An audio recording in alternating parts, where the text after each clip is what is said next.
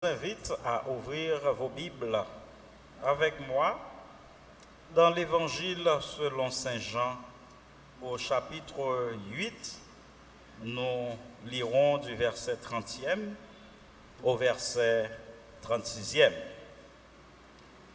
Jean chapitre 8, versets 30 à 36. À la vérité, nous n'allons prêcher que le premier point du sermon de ce matin. Nous allons réserver les deux autres points pour dimanche, Dieu voulant, ne voulant pas vous retenir pour trop longtemps en ce premier dimanche où nous devons passer un moment autour de la table du Seigneur. Jean chapitre 8, versets 30 à 36, nous vous invitons à suivre attentivement la lecture de la parole du Seigneur dans vos Bibles, tandis que nous allons lire pour vous. Comme Jésus parlait ainsi, plusieurs crurent en lui. Et il dit aux Juifs qui avaient cru en lui: si vous demeurez dans ma parole, vous êtes vraiment mes disciples. Vous connaîtrez la vérité et la vérité vous affranchira. Ils lui répondirent: nous sommes la postérité d'Abraham et nous ne fûmes jamais esclaves de personne. Comment dis-tu, vous deviendrez libres?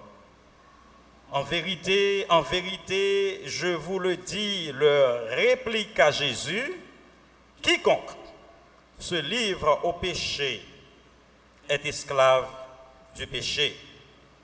Or, l'esclave ne demeure pas toujours dans la maison, le Fils y demeure toujours. Si donc le Fils vous affranchit, vous serez réellement libre. Parole du Seigneur. Amen. Le vrai disciple de Christ. Tel est le titre du sermon que nous allons commencer à prêcher ce matin. Au nom du Seigneur, le vrai disciple de Christ. Mes frères et sœurs, nous aimerions considérer à travers ce sermon les trois caractéristiques du vrai disciple de Jésus-Christ, selon Jean chapitre 8, versets 30 à 36. Et comme je l'ai dit tantôt, nous n'allons voir que le premier grand point, pour raison de temps. Il y avait un fameux artiste répondant au nom de Gustave Doré, qui a vécu entre 1821 et 1883. Ce fameux artiste a perdu son passeport pendant qu'il était en voyage en Europe. Et arrivant à la frontière, il expliqua sa malheureuse situation à l'un des officiers de l'immigration et s'appuyant sur sa renommée comme grand artiste, Gustave Doré donna son nom en pensant qu'il serait vite reconnu par les officiers et que ces derniers auraient pu le laisser passer sans embâche. Mais cependant, l'officier en chef disait à Doré que beaucoup de gens avaient toujours essayé de franchir la frontière, se faisant passer pour des personnes qu'ils ne sont pas. Vous savez, mes frères et sœurs, cette histoire illustre bien le péricope que nous venons de lire dans Jean chapitre 8, versets 30 à 36, où Jésus lance une mise en garde à ceux qui croyaient en lui alors que son enseignement fut rejeté par les pharisiens. À ces nouveaux croyants, Jésus déclare qu'il ne suffit pas de croire en lui, mais qu'il est aussi nécessaire pour eux de mettre en pratique ce qu'ils professent de croire. Et selon Romains 10, verset 9, si tu confesses de ta bouche que Jésus est le Fils de Dieu, si tu crois dans ton cœur que Dieu l'a ressuscité des morts, tu seras sauvé. Donc la foi n'engage pas seulement l'intellect. La foi engage le cœur. Et ça, c'est la sincérité. Et lorsqu'une personne est convaincue que quelque chose est vrai dans son cœur, ça devient partie de la personne et la personne va faire ce qu'elle croit dans son cœur. Mes frères et sœurs, ce message est d'autant plus pertinent pour ceux qui aujourd'hui clament haut et fort qu'ils sont disciples du Seigneur Jésus-Christ. Certains causent la division dans l'Église de Jésus-Christ. D'autres professent qu'ils ont reçu de Dieu le pouvoir de guérison. D'autres encore disent qu'ils sont prophètes et même apôtres, capables de prédire l'avenir alors que leur manière de vivre est loin d'être ce que la Bible exige d'un enfant de Dieu.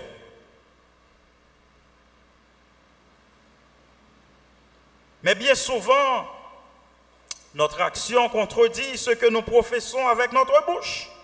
Heureusement, la parole de Dieu ne reste pas silencieuse sur un sujet d'une telle importance. La parole de Dieu nous dit à quoi le vrai disciple de Jésus-Christ ressemble. Être un vrai disciple de Christ exige plus qu'une simple profession de foi en lui. Et je reprends. Être un vrai disciple de Christ exige plus qu'une profession de foi en Jésus.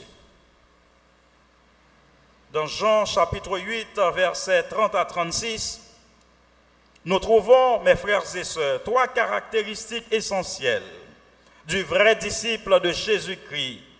Et nous allons considérer le premier ce matin. C'est une obéissance persistante à la parole de Dieu. La première mesure du disciple, ou encore le premier critère qui fait de quelqu'un un disciple authentique, c'est une obéissance persistante à la parole de Dieu. Oui, le vrai disciple de Christ persiste dans l'obéissance à la parole de Dieu, selon les versets 30 et 31. Mes frères et sœurs, regardons ces deux versets. Comme Jésus parlait ainsi, plusieurs crurent en lui. Et il dit aux Juifs qui avaient cru en lui, « Si vous demeurez dans ma parole, vous êtes vraiment mes disciples. » C'est ce que nous appelons une obéissance persistante dans la parole, à la parole de Dieu. Le contexte du passage nous éclaire, mes frères et sœurs, sur la signification de la déclaration de Jésus. Cette déclaration que Jésus a faite à ses nouveaux disciples, alors que les pharisiens contestaient l'origine de Christ, disant que ce dernier ne saurait venir de Dieu. La Bible nous dit que plusieurs Juifs crurent en lui. À ces croyants, Jésus fait connaître que c'est plutôt l'observance de sa parole qui constitue la marque distinctive du vrai disciple de Jésus-Christ. En d'autres termes, mes frères et sœurs, Jésus dit à ses disciples qu'il ne suffit pas pour eux de croire en lui. La foi doit être accompagnée de bonnes œuvres. C'est exactement ce dont l'apôtre Jacques parle quand il dit « Mes frères, que sert-il à quelqu'un de dire qu'il a la foi s'il n'a pas les œuvres? La foi peut-elle le sauver ?» Alors, l'apôtre Jacques ne contredit pas l'apôtre Paul lorsqu'il dit « La foi peut-elle le sauver ?» Alors, cette foi contextuelle dont parle Jacques, c'est-à-dire cette foi qui n'est pas suivie de bonnes œuvres, est-elle authentique? Mes frères et sœurs, la foi seule sauve en Jésus-Christ, c'est la foi salvatrice, mais la foi qui sauve n'est jamais seule. Elle est toujours accompagnée de bonnes œuvres. Car la Bible dit, si quelqu'un est en Christ, il est une nouvelle créature. Les choses anciennes sont passées et voici, toutes choses sont devenues nouvelles. Quelqu'un qui a l'habitude de voler, quand il vient à Christ, ne peut continuer à voler. Quelqu'un qui avait l'habitude de vivre dans l'immoralité ne peut continuer à vivre dans l'immoralité, car la parole de Christ transforme et c'est l'évangile. L'Esprit de Dieu a une capacité transformatrice qui change le cœur de cette personne, c'est la régénération spirituelle. La personne devient une autre entité en Jésus-Christ. Ainsi, mes frères et sœurs, Paul parle du point de vue de la condition du salut. On est sauvé par la foi seule, sans les œuvres. Ça, c'est la condition du salut. Mais Jacques parle du point de vue du résultat du salut. Il dit la foi qui sauve est toujours accompagnée de bonnes œuvres. Est-ce que l'Église est avec moi ce matin? Il n'y a pas de contradiction dans la parole de Dieu. Paul ne contredit pas Jacques. Et Jacques fait référence à Abraham, qui a montré sa foi par les œuvres. Et Jacques dit, mais vous dites que vous croyez en Jésus-Christ? Bien. Mais vous savez, les démons le croient aussi. Les démons croient que Jésus est le Fils de Dieu et ils tremblent. Donc en ce sens, mes frères et sœurs, la foi seule sauve, mais la foi qui sauve est toujours accompagnée de bonnes œuvres. On est justifié par la foi seule en Jésus-Christ, mais les bonnes œuvres justifient qu'il y a réalité de foi en nous. Donc les bonnes œuvres justifient la foi qui sauve. Nous sommes justifiés par la foi seule et les bonnes œuvres justifient la foi qui sauve. Tout le monde doit remarquer, mes frères et sœurs, qu'il y a un changement chez nous lorsque nous venons à Jésus-Christ. Et quelqu'un a dit, quelqu'un qui croit en Jésus-Christ, même son chien devrait voir la différence. Parce que par le temps qui passe, le maître de ce chien-là était dur, il était insensible. Et maintenant le chien voit que le maître est sensible, le maître lui donne à manger à temps. Même le chien doit pouvoir voir la différence, mes frères et sœurs. Parce que nous sommes nés de nouveau. En sorte que, mes frères et sœurs, il y a un excès dans l'enseignement de la doctrine du salut par la foi seule. C'est absolument vrai, mais c'est absolument vrai aussi que la foi soit accompagnée de bonnes œuvres pour montrer qu'il y a vraiment un changement.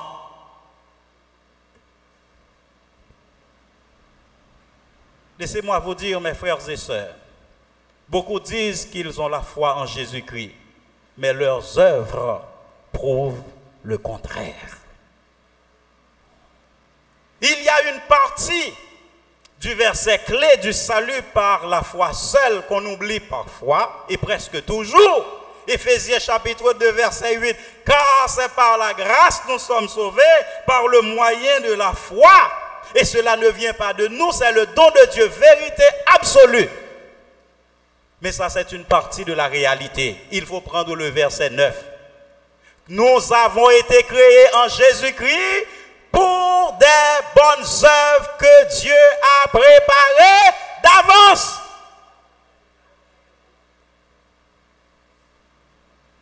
Afin que nous les pratiquions. Donc celui qui croit en Jésus-Christ dira oui, je crois en Jésus-Christ, mais au nom de ma foi en Jésus-Christ, je te donne à manger car je vois que tu as faim. Amen. Amen. Ainsi, mes frères et sœurs, rappelons-nous bien, Paul parle de la condition du salut en parlant de la foi seule qui sauve. Jacques parle du résultat du salut, parce que la foi qui sauve produit de bonnes œuvres. Nous sommes justifiés par la foi seule, mais les œuvres justifient la foi que nous avons en Jésus-Christ pour être sauvés. Les œuvres montrent qu'il y a là la foi, que la foi existe vraiment. Et c'est pourquoi Jacques dit, montrez que vous croyez en Jésus-Christ par votre bouche, moi je vais montrer que je crois en Jésus-Christ par mes œuvres. Ça, c'est le message le plus fort. Parce que, en tant que chrétien, en réalité, vous n'êtes pas obligé d'ouvrir la bouche pour dire que vous êtes chrétien. Vos œuvres, vos actions doivent le prouver. Et ça, c'est le message le plus fort. Mes frères et sœurs, donc comprenez ce que la parole du Seigneur dit. La foi seule peut sauver en Jésus-Christ, mais la foi qui sauve en Jésus-Christ n'est jamais seule. Elle est toujours accompagnée de bonnes œuvres. Ainsi, l'apôtre Jacques affirme qu'une foi qui ne se traduit pas dans les œuvres est une foi morte. Et l'expression « demeurer dans la parole de Dieu » est significative. Le verbe grec utilisé ici par Matthieu, que l'on traduit par « demeurer », peut être aussi traduit par « persister ». Et l'idée ici, mes frères et sœurs, c'est qu'une personne qui s'engage à faire quelque chose avec une telle ténacité qu'il ne peut en aucun cas lâcher prise. Cette personne-là, elle ne peut en aucun cas lâcher prise, c'est la persistance. Leur parlant ainsi, Jésus montra aux nouveaux disciples qu'il veut quelque chose d'eux, en plus de leur foi. Jésus lance une mise en garde, mes frères et sœurs. Jésus veut dire, le fait de croire au Seigneur Jésus ne fait pas de vrais disciples, car leur foi n'avait pas encore été éprouvée. Car, dans cette même ligne d'idées, mes frères et sœurs, Jésus déclare dans Jean 14, verset 21, « Celui qui a mes commandements et qui les garde, c'est celui qui m'aime. » Donc, il faut avoir les commandements de Dieu, mais cela ne suffit pas, mais il faut garder. Il faut observer. Donc, c'est le faire. Il y a le croire et le faire. Mes frères et sœurs, Dieu met l'accent sur les deux et le faire authentifie le croire. Le grand prédicateur Jean Chrysostome, alors, il s'appelle Jean, mais par son verbe, par son éloquence, par sa cohérence lorsqu'il prend la parole, on lui a dit c'est Jean à la bouche d'or. Et c'est ça en grec Chrysostome. Donc on a collé ce qualificatif à Jean, ce prédicateur-là, on a ajouté Jean à la bouche d'or. Donc Jean Chrysostome. Thomas en grec et Chrysos, or et bouche. Voilà. Ainsi, mes frères et sœurs, ce prédicateur fameux à l'église d'Antioche, bien entendu, il dit un jour à sa congrégation, « Vous louez ce que je vous dis et recevez mes exhortations avec un applaudissement tumultueux, mais montrez-moi votre approbation par l'obéissance. C'est la seule louange que je cherche. » Fin de citation. Donc c'était un homme, quand il parle, tout le monde était suspendu à ses lèvres parce qu'il trouvait le mot juste et les expressions correctes pour exprimer sa pensée lorsqu'il parle de la part de Dieu. C'était un homme à la bouche d'or, Chrysostome. Ainsi, mes frères et sœurs, en tant que disciples de Christ, avez-vous le souci de demeurer dans la parole de Dieu, conformément à cette obéissance persistante que réclame le Seigneur? Quelle est la place de la parole de Dieu dans votre vie? Certainement, vous pouvez venir à l'église chaque dimanche. Vous pouvez fréquenter une classe de l'école du dimanche comme nous vous l'encourageons à le faire. Vous pouvez même lire vos Bibles quotidiennement. Mais si vous n'avez pas le souci de mettre en pratique la parole de Dieu, vous êtes des chrétiens en bouche. Vous êtes des chrétiens en apparence. Mes frères et sœurs, celui qui croit au Seigneur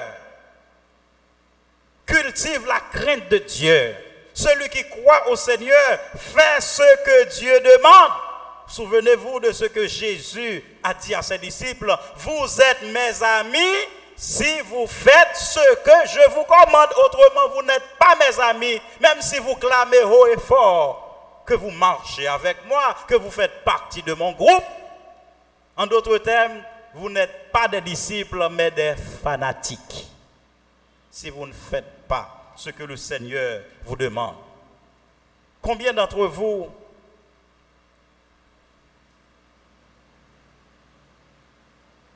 ont songé à inviter des frères et sœurs à venir à l'église ce matin?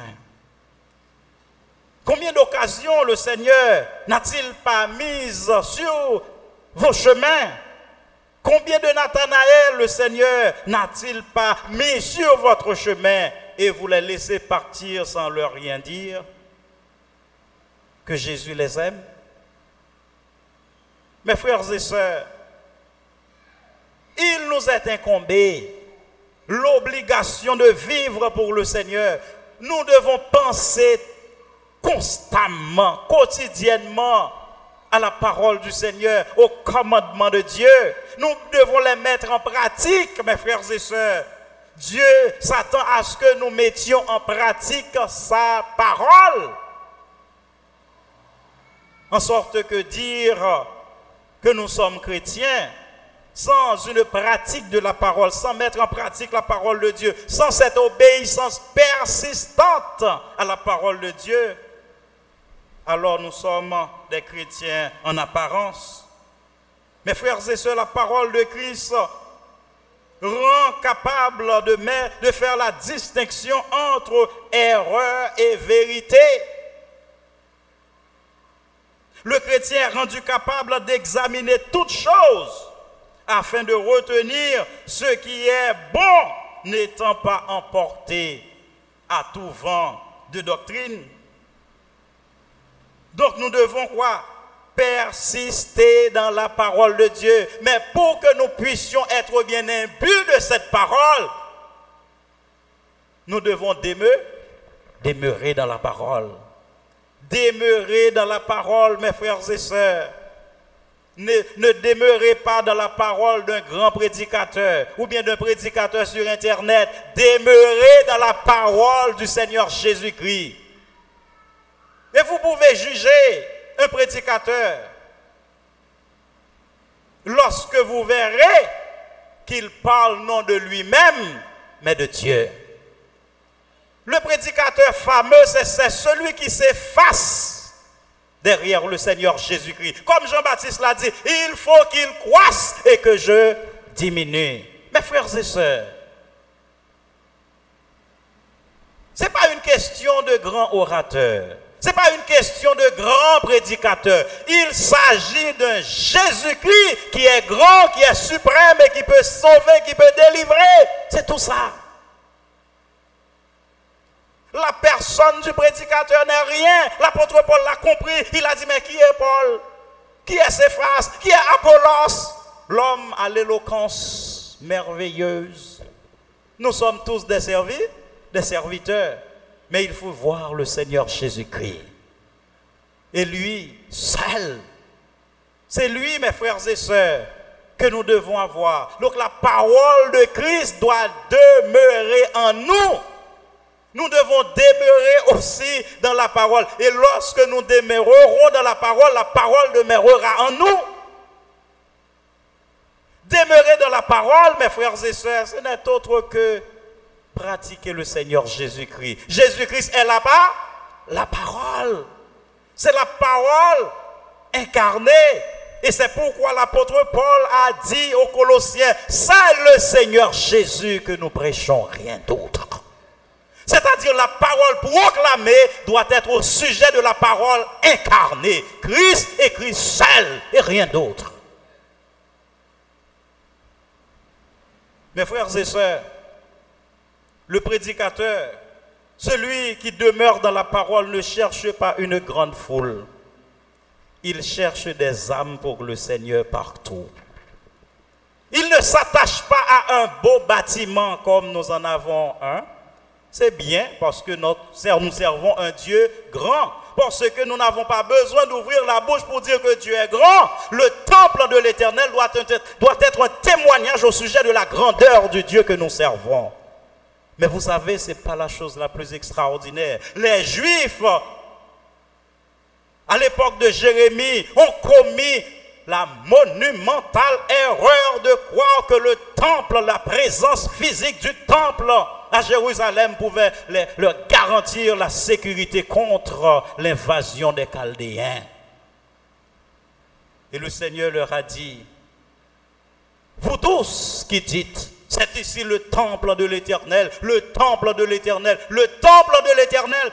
Si vous ne reformez vos voies et vos œuvres, vous partirez de ce lieu et je ferai disparaître ce temple du milieu du pays. Pourquoi, mes frères et sœurs, ce temple qui valait des millions ne valait pas assez devant la valeur des âmes aux yeux de Dieu? Dieu s'intéresse à vos âmes d'abord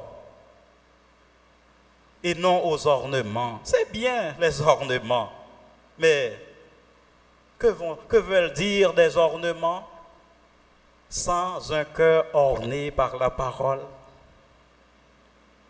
Mes frères et sœurs, nous devons demeurer dans la parole. Et cette obéissance doit être persistante. Ce n'est pas une obéissance qui s'affirme aujourd'hui, peut-être demain, peut-être après-demain. Non, au jour le jour. Une obéissance persistante. C'est pourquoi Jésus-Christ nous dit de demeurer dans la parole.